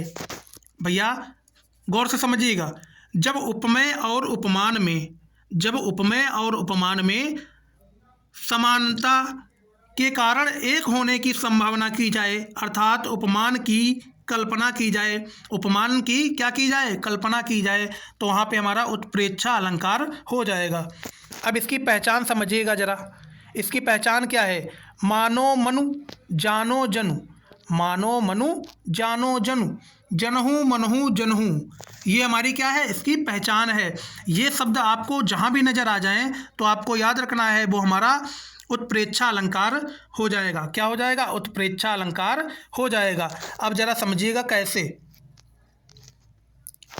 कहती हुई यूं उत्तरा के नेत्र जल से भर गए, हिमों के कड़ों से पूर्ण मानो हो गए पंकज नए। अब यहाँ पे भैया देखिएगा, यहाँ पे एक शब्द आ गया है, अभी मैंने आपको पहचान में वो शब्द बताया था, यहाँ पे देखिए मानो शब्द आ गया है, तो इसका मतलब ये अलंकार हमारा कौन सा हो जाएगा, उत्प्रेक्षा अलंकार हो जाएगा। कौन सा अलंकार, उत्प्रेक्षा अलंकार हो जाएगा। कौन सा अलंकार, उत्प्रेक्षा अलंकार हो जाएगा। दोबारा से देखिए भैया, जहाँ पे आपके सामने मानो, मनु, जानो, जनु, जनहु, मनहु, जनहु, ये शब्द जहाँ भी आपको आ जाएं, किसी भी वाक्य में ये शब्द आ जाए, किसी भी उदाहरण में ये शब्द आ जाएं, तो याद रखिएगा वहाँ पे हमारा उत्प्रेक्षा अलंकार हो जाएगा। अब यहाँ भैया देखिएगा, यहाँ पे वही शब्द हमारा आ गया है मानो। क्या आ गया है? मानो। तो जब मानो शब्द आ गया तो हमें आसानी हो गई पहचानने में, और हमें ये मालूम हो गया ये हमारा उत्प्रेक्षा अलंकार हो जाएगा। अब बढ़ते हैं आगे के और दोस्त, फिर आता है हमारा संदेह अलंकार। अब जरा समझिएगा ये संदेह अलंकार क्या होता है। संदेह अलंकार, इसकी पहचान याद रखिएगा, यहाँ पे या आ जाएगा, या, अथवा, कैंधो या किम्बा, ये शब्द जहाँ भी आ जाएं याद रखिएगा वो हमारा संदेह अलंकार हो जाएगा। कौन सा अलंकार? संदेह अलंकार हो जाएगा। कौन सा अलंकार? संदेह अलंकार हो जाएगा। और यहाँ पे क्या होता है? सादृश्यता की वजह से, सादृश्यता की वजह से भी यहाँ पे क्या होता है? संदेह अलंकार होता है। अब जरा गौर से समझिएगा उदाहरण की सहायता से। यह काया है या शेष उसी की छाया, यह काया है या शेष उसी की छाया। अब जरा भैया देखिए यहाँ पे बीच में एक शब्द आ गया या, जो हमने अभी आपको बताया था। यहाँ पे या आ गया, या, यहाँ पे या आ गया भैया, या। और अभी हमने बताया था जहाँ भी आपको या नज़र आ जाए, अथवा नज़र आ जाए, कैंधो या किम्बा, ये शब्द आपको नज़र आ जाए तो याद रखिएगा ये हमारा क्या हो जाएगा? संदेह अलंकार हो जाएगा। तो ये हमारा क्या हो गया? संदेह अलंकार हो गया। बढ़ते हैं आगे की ओर। आगे आता है विरह है अथवा वरदान। विरह है अथवा वरदान। तो यहाँ पे देखिए भैया एक शब्द आ गया है अथवा। कौन सा शब्द? अथवा। ये शब्द आ गया अथवा, तो ये हमारा कौन सा अलंकार होगा? संदेह अलंकार हो जाएगा। कौन सा अलंकार? संदेह अलंकार। अभी मैंने आपको पहचान बताई थी, संदेह अलंकार हो जाएगा भैया। कौन सा अलंकार हो जाएगा? संदेह अलंकार हो जाएगा। ये याद रखना है आपको। फिर जरा आगे देखिए और भी उदाहरण है भैया। और उदाहरण क्या है? फिर अगला उदाहरण है भैया, सारी बीच नारी है कि नारी बीच सारी है। अब भैया यहाँ पे एक प्रकार का संदेह हो रहा है कि हमें ये नहीं मालूम है कि सारी नारी के बीच में है या नारी सारी के बीच में है। तो ये हमारे पास क्या है दोस्त? एक प्रकार का संदेह हो रहा है। क्या है? संदेह हो रहा है। तो यहाँ पे हमारा कौन सा अलंकार हो जाएगा? संदेह अलंकार हो जाएगा। अब जरा हम पीछे चलते हैं दोस्त, आपको ये समझाते हैं कि ये सादृश्यता क्या होती है। सादृश्यता क्या होती है अब जरा समझिएगा। जैसे फॉर एग्जांपल आप अपने पिताजी से काफ़ी ज़्यादा डरते हैं। आपके पिताजी ने दोस्त रोक दिया कि आपको उस जगह पे नहीं खेलना है, उस जगह पे नहीं खेलना है। आप उसके बावजूद वहाँ पे खेलने गए, आप उसके बावजूद वहाँ पे खेलने गए, और आपके पिताजी के जैसे ही कपड़े पहन के उधर से कोई व्यक्ति आ रहा था और आप उसको देख के एकदम से डर गए और भाग गए। तो एक प्रकार क्या हुआ? संदेह। यहाँ पे क्या हुआ? संदेह। तो इसी को हम क्या बोलते हैं दोस्त? सादृश्यता बोलते हैं। सादृश्यता मतलब उसके जैसे ही देख के हम क्या हो गए? डर गए। उस मतलब समान कपड़े या समान वेशभूषा को देख के हम क्या हो गए? डर गए दोस्त। तो इसी को हम बोलते हैं सादृश्यता। तो हमें आशा और उम्मीद है कि आपको संदेह अलंकार क्लियर हो गया होगा। फिर आता है हमारा अगला अलंकार, भ्रांतिमान अलंकार। भ्रांतिमान अलंकार, भ्रांतिमान अलंकार। अब जरा समझिएगा ये भ्रांतिमान अलंकार क्या होता है। अब जरा समझिएगा भैया भ्रांतिमान अलंकार क्या होता है। तो इसमें क्या होता है भैया, उपमान में उपमेय की निश्चयात्मक स्थिति, उपमान में उपमेय की निश्चयात्मक स्थिति दर्शाई जाती है। इसी को हम क्या बोलते हैं? भ्रांतिमान अलंकार बोलते हैं। अब उदाहरण की सहायता से समझते हैं। चंद्र समझकर चकोर, चंद्र समझकर चकोर तुम्हारे पीछे पीछे दौड़ता है। चंद्र समझकर चकोर तुम्हारे पीछे पीछे दौड़ता है। इसका मतलब ये है दोस्त, इसका मतलब है ये जो चकोर है ये तीतर की प्रजाति होती है। किसकी? तीतर की प्रजाति होती है। तीतर की प्रजाति होती है। तीतर की प्रजाति होती, तीतर की प्रजाति होती है दोस्त। ये जो चकोर है वो तीतर की प्रजाति होती है। और ये चकोर जो है वो चंद्रमा से काफ़ी ज़्यादा प्रेम करता है। चंद्रमा से काफ़ी ज़्यादा प्रेम करता है। जैसे एक माँ और बेटे का प्रेम होता है, वैसे ही ये चकोर भी चंद्रमा से काफ़ी ज़्यादा प्रेम करता है और ये चंद्रमा किसी दूसरे को समझ बैठता है। ये चंद्रमा किसी दूसरे को, ये जो चकोर होता है दोस्त, ये किसी दूसरे को चंद्रमा समझ बैठता है और ये उस पर विश्वास कर लेता है। क्या कर लेता है? विश्वास कर लेता है और इसी विश्वास के कारण ये उसके पीछे पीछे दौड़ता चला जाता है। क्या करते चला जाता है? दौड़ता दौड़ता चला जाता है। तो यहाँ पे एक प्रकार का क्या कर देता है? विश्वास, एक प्रकार का यहाँ पे विश्वास हो जाता है। तो उसी को हम बोलते हैं भ्रांतिमान अलंकार। क्या बोलते हैं? भ्रांतिमान अलंकार बोलते हैं। अभी मैंने आपको संदेह अलंकार पढ़ाया था दोस्त, संदेह अलंकार। दोबारा से इस पे चलते हैं। तो संदेह अलंकार का मतलब था, यहाँ पे कोई क्या था? हमें संदेह था, हमें कुछ फिक्स पता नहीं था कि ये क्या चीज़ है, हमें फिक्स नहीं मालूम था। पर यहाँ पे जो भ्रांतिमान अलंकार होता है भैया, ये भ्रांतिमान अलंकार पे हमें पूरा विश्वास हो जाता है। इसमें क्या हो जाता है? पूरा विश्वास हो जाता है, एक चीज़ पूरी तरह से फिक्स हो जाती है। ये चीज़ आपको ध्यान रखनी है। फिर अगला आता है हमारा विभावना अलंकार। कौन सा अलंकार? विभावना अलंकार। अब जरा समझिएगा ये विभावना अलंकार क्या होता है। विभावना अलंकार क्या होता है? कारण के अभाव में कार्य के होने का चमत्कार होता है। कारण के अभाव में, इसमें कारण नहीं होता। क्या नहीं होता? इसमें कारण नहीं होता है। तो कारण के अभाव में क्या हो रहा है? कार्य हो रहा है। कारण के अभाव में कार्य का होना, कारण के अभाव में कार्य के होने का इसमें चमत्कार होता है। तो उसको हम बोलते हैं विभावना अलंकार। इसमें कारण नहीं होता, उसके बावजूद कार्य होता है, उसके बावजूद कार्य होता है। तो यहीं पे हम क्या बोलते हैं? इसको विभावना अलंकार बोलते हैं। अब जरा समझिएगा उदाहरण की सहायता से। अब जरा भैया यहाँ पे समझिएगा, यहाँ पे क्या बताया गया था? विभावना अलंकार में कारण के अभाव में कार्य के होने का चमत्कार होता है। अब जैसे एक बात बताइए, आप चलते हैं किससे चलते हैं? पैरों से चलते हैं। आप सुनते हैं कानों से सुनते हैं दोस्त, मुंह से बोलते हैं, बोलते हैं कि नहीं बोलते? लिखते हैं तो हाथों से लिखते हैं। क्या करते हैं? लिखते हैं तो हाथों से लिखते हैं। अब यहाँ पे उदाहरण में क्या लिखा? बिनु पद चले, बिनु पद चले, बिना पैरों के ये चल रहा है, बिना पैरों के चल रहा है दोस्त। तो बिना पैरों के चल रहा है तो मतलब यहाँ पे पैर क्या है? पैर हमारा कारण है। तो यहाँ पे जब पैर ही नहीं है तो ये चलेगा कैसे? जब पैर ही नहीं है तो ये चलेगा कैसे? जब पैर ही नहीं है तो ये चलेगा कैसे? तो यहीं पे क्या हो जाएगा? विभावना अलंकार हो जाएगा, क्योंकि यहाँ पे भैया कारण ही नहीं है, उसके बावजूद ये चल रहा है। तो ये क्या है? हमारा विभावना अलंकार है। फिर आगे लिखा है सुने बिनु काना, सुने बिनु काना। अब ये भैया सुन भी रहा है पर इसके कान नहीं है। जब कान ही नहीं है तो ये सुनेगा कैसे? जब कान ही नहीं है तो सुनेगा कैसे? तो कान हमारा क्या है? एक प्रकार का कारण है। यहाँ पे कान क्या है? कारण है। तो कारण के अभाव के कारण, अब जरा समझिएगा, कारण के अभाव में कार्य के होने का चमत्कार। यहाँ पे कारण तो नहीं है, उसके बावजूद काम हो रहा है।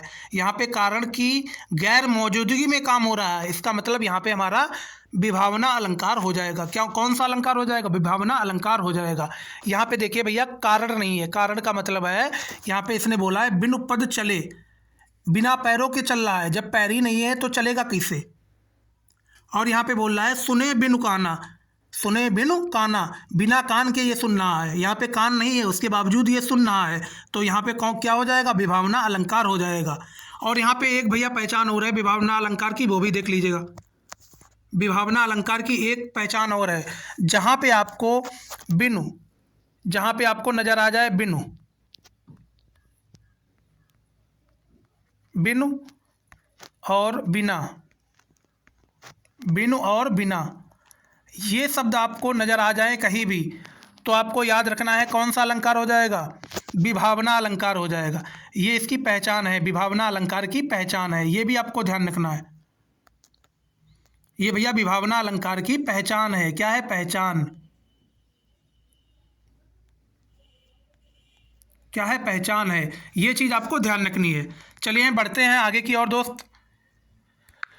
फिर यहाँ पे लिखा है अगला उदाहरण, बिन पानी बिन साबुन निर्मल करे सुभाए, बिन पानी बिन साबुन निर्मल करे सुभाए, बिन पानी बिन साबुन निर्मल करे सुभाए। अब यहाँ पे भैया कह रहा है, क्या कह रहा है?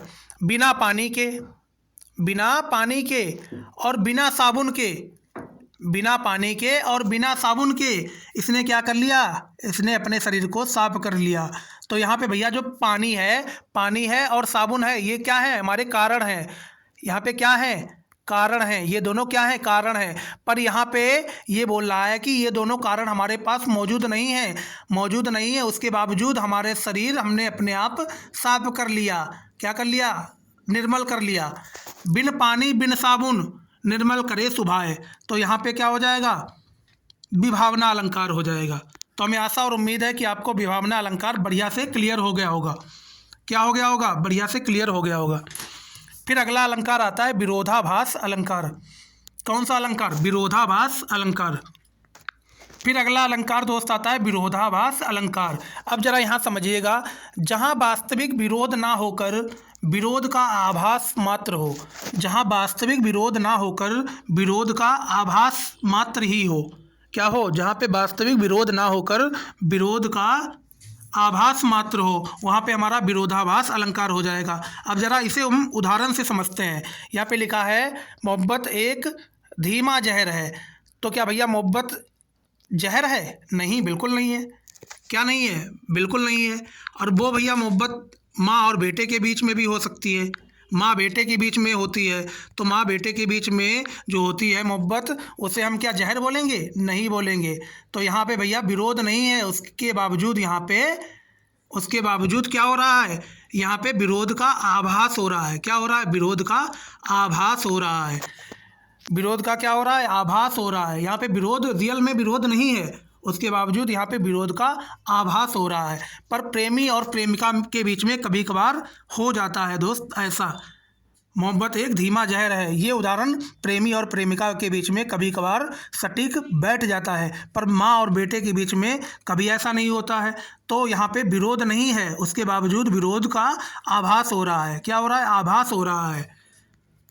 तो हमें आशा और उम्मीद है कि आपको ये चीज़ बेहतरीन ढंग से क्लियर हो गई होगी। ये चीज़ आपको बेहतरीन ढंग से क्या हो गई होगी, क्लियर हो गई होगी। विरोधाभास अलंकार आपको बेहतरीन ढंग से क्लियर हो गया होगा। अब हम चलते हैं दोस्त आगे की ओर। आगे आता है मानवीकरण अलंकार। मानवीकरण अलंकार, अब जरा समझिएगा ये मानवीकरण अलंकार क्या होता है। मानवीकरण अलंकार में क्या होता है, निर्जीव को सजीव की तरह पेश किया जाए। दोस्त मानवीकरण अलंकार में क्या होता है, एक निर्जीव को सजीव की तरह पेश किया जाता है। निर्जीव का मतलब मरे हुए को जिंदा के तौर पर पेश किया जाता है। एक मरे हुए को जिंदा की तरह पेश किया जाता है, मतलब निर्जीव को सजीव की तरह पेश किया जाता है। निर्जीव का मतलब जिसके अंदर जान नहीं है, और सजीव का मतलब है जिसके अंदर जान है। तो जो निर्जीव को सजीव की तरह पेश किया जाता है, वहाँ पे हमारा क्या होगा, मानवीकरण अलंकार होगा। अब यहाँ पे उदाहरण क्या है दोस्त, हंसती हुई हवा। हंसती हुई हवा, तो दोस्त हवा तो भैया निर्जीव है। क्या है, निर्जीव है। फिर उसके बावजूद यहाँ पे बोल रहा है हंसती हुई हवा। क्या हवा हंस सकती है? नहीं दोस्त, हंसती हुई हवा यहाँ पे बोला है। तो यहाँ पे भैया बोला है हंसती हुई हवा, तो हवा तो हंस नहीं सकती है। तो यहाँ पे इसने क्या किया है, यहाँ पे निर्जीव को सजीव की तरह पेश किया है। निर्जीव को सजीव की तरह पेश किया। कैसे, कैसे सजीव की तरह पेश किया है? क्या हवा भी हंस सकती है? नहीं हंस सकती है, क्योंकि हवा क्या है, निर्जीव है। फिर यहाँ पे लिखा है यमुना जी गुनगुना रही हैं। क्या भैया यमुना जी गुनगुना सकती है? नहीं, यहाँ पे यमुना जी निर्जीव हैं। क्या है, निर्जीव है। और यमुना जी को सजीव की तरह यहाँ पे पेश किया गया है और बताया गया है यमुना जी गुनगुना रही हैं। अब जरा देखिए सोता हुआ आसमान। अब यहाँ पे बोला है, सॉरी सोता नहीं, रोता हुआ आसमान। क्या है, रोता हुआ आसमान। अब यहाँ पे भैया आसमान को क्या बताया, रोता हुआ भैया, जबकि आसमान हमारा क्या है, निर्जीव है। तो यहाँ पे निर्जीव को सजीव की तरह पेश किया जा रहा है। निर्जीव को सजीव की तरह पेश किया जा रहा है और बताया जा रहा है जो आसमान है वो रो रहा है। क्या आसमान भैया रो सकता है? नहीं रो सकता है, क्योंकि आसमान निर्जीव है। तो यहाँ पे निर्जीव को सजीव की तरह पेश किया गया है, तो वो हमारा क्या हो जाएगा, कौन सा अलंकार हो जाएगा बताइएगा? मानवीकरण अलंकार हो जाएगा। और फिर यहाँ लिखा है दुखी ताजमहल। ताजमहल भैया निर्जीव है। ताजमहल क्या है, निर्जीव है। और ताजमहल को बताया जा रहा है कि ताजमहल क्या है, दुखी है। क्या भैया ताजमहल भी दुखी हो सकता है? नहीं हो सकता। तो यहाँ पे निर्जीव को सजीव की तरह पेश किया जा रहा है। मुस्कुराते हुए बादल। यहाँ पे भैया बादल निर्जीव है और बादल को क्या बताया जा रहा है कि बादल मुस्कुरा रहे हैं। बादल क्या कर रहे हैं? मुस्कुरा रहे हैं। जब भैया बादल निर्जीव हैं तो मुस्कुराएंगे कैसे? मुस्कुराएंगे कैसे? तो यहाँ पे यहाँ पे निर्जीव को सजीव की तरह पेश किया जा रहा है। तो जहाँ पे निर्जीव को सजीव की तरह पेश किया जाएगा वहाँ पे हमारा कौन सा अलंकार होगा? मानवीकरण अलंकार होगा। अब हम बढ़ते हैं अगले अलंकार पे। अगला अलंकार आता है हमारा अतिशयोक्ति अलंकार। अतिशयोक्ति अलंकार। अगला अलंकार कौन सा है? अतिशयोक्ति अलंकार। अतिशयोक्ति अलंकार में भैया होता है, यहाँ पे क्या होता है? यहाँ पे बात को चढ़ा फिरा के बताया जाता है। यहाँ पर क्या होता है? बात को बढ़ा चढ़ा के बताया जाता है। यहाँ पे बात को क्या करके बताया जाता है? यहाँ पे बात को बढ़ा चढ़ा कर बताया जाता है। जहाँ बात को बढ़ा चढ़ाकर पेश किया जाए वहाँ पे हमारा अतिशयोक्ति अलंकार हो जाएगा। कौन सा अलंकार? जहाँ बात को बढ़ा चढ़ाकर पेश किया जाए वहाँ पे अतिशयोक्ति अलंकार हो जाएगा। उदाहरण समझिएगा। हनुमान जी की पूँछ में लगन न पाई आग, लंका सगरी जल गई, गए निशाचर भाग। यहाँ पे क्या बोला जा रहा है कि हनुमान जी की पूँछ में आग नहीं लग पाई। हनुमान जी की पूँछ में आग नहीं लग पाई और लंका पहले से ही जल गई। लंका पहले से ही जल गई और जब लंका जल गई तो जितने भी उसमें निशाचर थे वो भाग गए। क्या ऐसा संभव है? बिना आग के लंका जल गई? नहीं संभव है। तो यहाँ पे बात को बढ़ा चढ़ा के पेश किया गया। बात को बढ़ा चढ़ा के पेश किया गया। जब बात को बढ़ा चढ़ा के पेश किया गया इसका मतलब यहाँ पे अतिशयोक्ति अलंकार हो जाएगा। कौन सा अलंकार? अतिशयोक्ति अलंकार।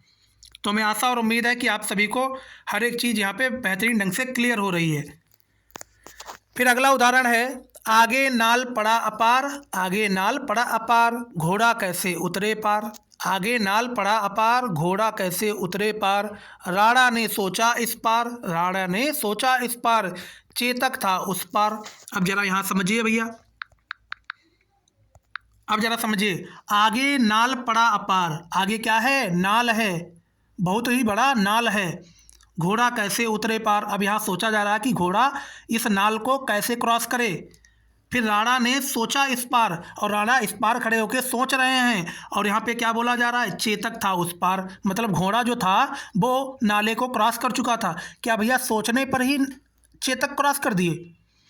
क्या जब राणा सोच ही रहे थे, सोचते वक्त ही चेतक ने नाले को पार कर दिया? ऐसा संभव है? नहीं संभव है। तो यहाँ पे एक बात को क्या किया गया है? बढ़ा चढ़ा के बताया गया है।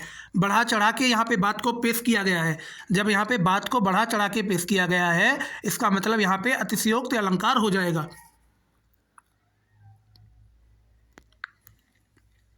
तो हमें आशा और उम्मीद है कि आपको अतिशयोक्ति अलंकार भी बेहतरीन ढंग से क्लियर हो गया होगा। अब हम अगले अलंकार पे बढ़ते हैं। अगले अलंकार पे बढ़ते हैं। कौन सा अलंकार है?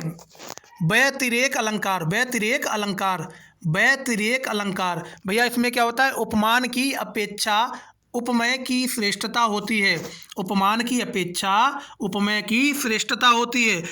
उपमान की अपेक्षा उपमेय की श्रेष्ठता होती है। अब यहाँ जरा उदाहरण से समझिएगा इसे। चांद चेहरे सा है। अब यहाँ भैया बताइएगा, यहाँ पे जो चेहरा बताया गया है, यहाँ पे बताया गया है चांद चेहरे सा है। यहाँ पे भैया बड़ा क्या है? बड़ा है हमारा चांद। बड़ा है क्या? चांद। अब चांद जो है, चांद की क्या की गई? चांद से किसकी श्रेष्ठता व्यक्त की गई?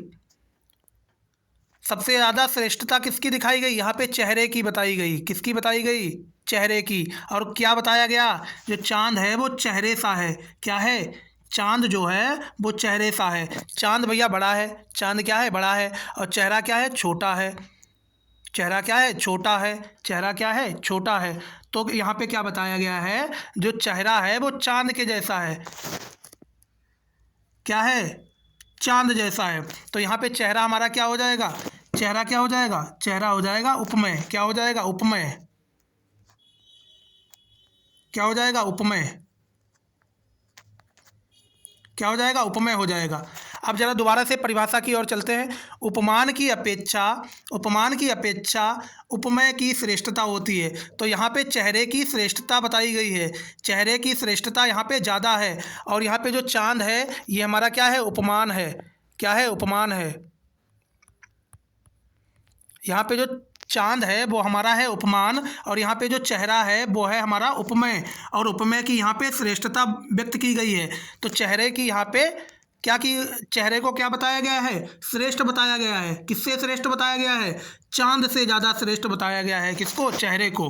तो हमें आशा और उम्मीद है कि आपको व्यतिरेक अलंकार क्लियर हो चुका होगा। फिर आता है हमारा सूर्य उसके मुख जैसा है। सूर्य उसके मुख जैसा है। सूर्य उसके मुख जैसा है। तो यहाँ पे जो मुख है दोस्त, ये क्या है हमारा? ये हमारा उपमेय है।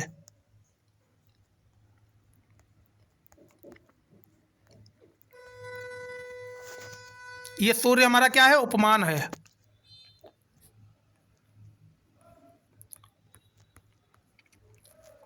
ये क्या है? उपमान है। अब यहाँ पे जो मुख है दोस्त, इसकी क्या की गई है? श्रेष्ठता बताई गई है, श्रेष्ठता दिखाई गई है। इसको श्रेष्ठ बताया गया है। किससे ज़्यादा श्रेष्ठ?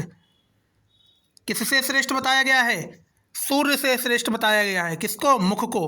मुख को सूर्य से ज़्यादा श्रेष्ठ बताया गया है। जब मुख को सूर्य से ज़्यादा श्रेष्ठ बताया गया है तो वहाँ पे कौन सा अलंकार होगा? व्यतिरेक अलंकार हो जाएगा। कौन सा? व्यतिरेक अलंकार। तो हमें आशा और उम्मीद है कि यहाँ पे आपको व्यतिरेक अलंकार क्लियर हो गया होगा। अब हम बढ़ते हैं अगले अलंकार की ओर। फिर अगला अलंकार आता है विशेषोक्ति अलंकार। विशेषोक्ति अलंकार। विशेषोक्ति अलंकार। अब जरा समझिएगा ये कैसे। कारण होते हुए भी कार्य का ना होना। भैया विशेषोक्ति अलंकार में क्या होता है? यहाँ पे कारण होता है, उसके बावजूद कार्य नहीं हो पाता है। यहाँ पे कारण होता है, उसके बावजूद कार्य नहीं हो पाता है। कारण होते हुए भी कार्य का ना होना। अब जरा समझिएगा कैसे। देखो दो दो मेघ बरसते हैं। देखो दो दो मेघ बरसते हैं, मैं प्यासी की प्यासी। अब जरा भैया देखिए यहाँ पे, ये यहाँ तक हमारा क्या है? कारण है। क्या है? कारण है। यहाँ तक हमारा क्या है? कारण है। अब कारण क्या बताया गया भैया? बताया गया है कि देखो दो दो मेघ बरस रहे हैं। क्या बरस रहा है? मेघ बरस रहे हैं। मेघ बरस रहे हैं। फिर यहाँ पे जो काम है, क्या है काम? मैं प्यासी की प्यासी, पर वो प्यासी की प्यासी ही है। दो दो मेघ बरस रहे हैं। दो दो मेघ बरस रहे हैं मतलब कारण है। कारण क्या है? कि मेघ बरस रहे हैं, लेकिन काम नहीं हो पा रहा है। काम नहीं हो पा रहा। क्या काम नहीं हो पा रहा? कि वो प्यासी की प्यासी है। वो प्यासी पहले भी थी और अब भी है। मेघ बरस रहे हैं, उसके बावजूद वो प्यासी की प्यासी है। तो यहाँ पे कारण जरूर है, लेकिन काम यहाँ पे क्या नहीं हो रहा? कार्य यहाँ पे नहीं हो रहा। तो हमें आशा और उम्मीद है कि आपको विशेषोक्ति अलंकार क्लियर हो गया होगा। फिर अगला अलंकार आता है प्रतीप अलंकार। प्रतीप अलंकार। अब जरा समझिएगा ये प्रतीप अलंकार क्या होता है। यहाँ उपमा अलंकार का उल्टा होता है। क्या होता है? यहाँ पे उपमा अलंकार का उल्टा होता है। उपमा अलंकार का उल्टा होता है। अब जरा समझिएगा कैसे। अब जरा देखिएगा भैया, यहाँ पे यह उपमा अलंकार का उल्टा होता है। तो यहाँ पे जो चंद्रमा है, चंद्रमा, उसको क्या बताया जा रहा है? मुख के समान है। क्या है? मुख के समान है। तो यहाँ पे चंद्रमा को मुख के समान बताया जा रहा है। और क्या कहा जा रहा है? चंद्रमा मुख के समान सुंदर है। चंद्रमा मुख के समान सुंदर है। तो ये हमारा क्या हो जाएगा? प्रतीप अलंकार हो जाएगा। यहाँ पे जो चंद्रमा है दोस्त, उसको बताया जा रहा है चंद्रमा जो है वो मुख के समान है। तो यहाँ पे हमारा क्या होगा? प्रतीप अलंकार हो जाएगा। फिर जरा यहाँ देखिए, नेत्र के समान सुंदर कमल है। नेत्र के समान सुंदर कमल है। अब यहाँ देखिएगा, नेत्र जो है, नेत्र के समान बताया गया क्या? कमल को। सुंदर कमल है। नेत्र के समान सुंदर कमल है। तो यहाँ पे हमारा क्या हो जाएगा? प्रतीप अलंकार हो जाएगा। यहाँ पे प्रतीप अलंकार हो जाएगा। क्या अलंकार हो जाएगा? प्रतीप अलंकार हो जाएगा। और यहाँ पे हमेशा याद रखिएगा, प्रतीप अलंकार में आपका क्या आएगा? पूर्व उपमा के उदाहरण ही आएंगे। पूर्व उपमा के उदाहरण आएंगे, हमेशा याद रखिएगा। पूर्व उपमा के ही उदाहरण आएंगे प्रतीप अलंकार में। चलिए बढ़ते हैं आगे की ओर। फिर आगे आता है हमारा अपहूति अलंकार। अपहूति अलंकार। अपहूति अलंकार। अब ये समझिएगा, उपमेय का निषेध करके उपमान का आरोप किया जाता है। यहाँ पे क्या हो जाता है, उपमेय का निषेध कर दिया जाता है। उपमेय का क्या कर दिया जाता है, निषेध कर दिया जाता है। और उपमान का आरोप किया जाता है। उपमान का क्या कर दिया जाता है, आरोप कर दिया जाता है। अब समझिएगा कैसे। अब जरा भैया यहाँ पे समझिएगा, लिखा है यह मुख नहीं चंद्रमा है। यह मुख नहीं चंद्रमा है। अब जरा कैसे, यह मुख नहीं चंद्रमा है। अब यहाँ पे परिभाषा में क्या लिखा है, उपमेय का निषेध करके उपमान का आरोप किया जाए। तो यहाँ पे भैया ये जो मुख है, ये मुख है, ये क्या है, उपमेय है। उपमेय, ये मुख हमारा क्या है, उपमेय है। उपमेय। अब जरा समझिएगा कैसे, ये हमारा मुख जो है वो हमारा उपमेय है। और उपमेय का क्या हुआ, निषेध। मतलब उपमेय का क्या हुआ, निषेध। निषेध का मतलब उपमेय को निगेटिव बता दिया। उपमेय को यहाँ पर निगेटिव दर्शा दिया गया। मतलब उपमेय को निषेध कर दिया गया। उपमेय को निषेध कर दिया गया। और उपमान की क्या किया गया, उपमान पर आरोप किया जाता है। और ये हमारा क्या है, उपमान है। तो उपमान पर क्या कर दिया गया, आरोप कर दिया गया। तो इसी को हम क्या बोलेंगे, अपहूर्ति अलंकार बोलेंगे। अपहूर्ति अलंकार बोलेंगे। यहाँ पे जो हमारा मुख है ये हमारा उपमेय है और उपमेय का निषेध कर दिया गया। यहाँ पे नहीं शब्द लगा के, नहीं, ये यहाँ पे जो शब्द लगा है नहीं, यही हमारा निषेध का शब्द है। यहाँ पे निषेध कर दिया गया। और यहाँ पे जो चंद्रमा है वो हमारा उपमान है। उपमान का क्या कर दिया गया, आरोप कर दिया गया। तो इसी को हम क्या बोलेंगे, अपहूर्ति अलंकार बोलेंगे। अब बढ़ते हैं अगले अलंकार पे। अगला अलंकार है दृष्टांत अलंकार। अगला कौन सा अलंकार है, दृष्टांत अलंकार। अब जब जरा समझिएगा ये दृष्टांत अलंकार क्या होता है। उपमेय और उपमान के साधारण धर्म में बिंब प्रतिबिंब होता है। उपमेय और उपमान के साधारण धर्म में बिंब प्रतिबिंब होता है। समझिएगा कैसे। अब जरा समझिएगा भैया दृष्टांत अलंकार क्या होता है। यहाँ पे असंभव बात को करेगा। किस बात को करेगा, असंभव। जो बात असंभव है उसको ये करेगा, वही हमारा क्या होता है, दृष्टांत अलंकार। अब जरा इसका एकमात्र उदाहरण है, इसे समझिएगा आप। एक ही मयान में दो तलवारें कभी नहीं रह सकती। एक ही मयान में दो तलवारें कभी नहीं रह सकती। किसी और पर प्रेम नारियां पति का क्या सह सकती। नहीं, ऐसा बिल्कुल नहीं। क्या कोई पत्नी ये बोल देगी कि आप दूसरे से जाके प्रेम कर लीजिए, ऐसा संभव नहीं है। संभव नहीं है। तो यहाँ पे दोस्त असंभव को क्या किया गया, असंभव बात को यहाँ पे कराया जा रहा है। तो असंभव बात को जब जहाँ भी कराया जाएगा तो वहाँ पे हमारा दृष्टांत अलंकार हो जाएगा। तो ये था हमारा दोस्त अलंकार का पूरा होल चैप्टर जो मैंने आप सभी को कराया है। तो दोस्त हमारे द्वारा जो भी जानकारी दी गई अगर आपको अच्छी लगी हो तो वीडियो को लाइक करना, चैनल को सब्सक्राइब करना अथवा कमेंट करना बिल्कुल भी ना भूलें। और अभी तक आपने हमारे चैनल को सब्सक्राइब नहीं किया है तो चैनल को सब्सक्राइब जरूर कर लें, ताकि आगे आने वाले सभी वीडियोस की नोटिफिकेशन सबसे पहले आप सभी के पास पहुंच सके। तो दोस्त मैंने आप सभी को 1.5 घंटे के वीडियो में बेहतरीन ढंग से आपको पूरा अलंकार चैप्टर कवर किया है। तो इसी के साथ हम अपनी बारी को देते हैं विराम। जय हिंद, जय Bharat, take care, love you all, good bye.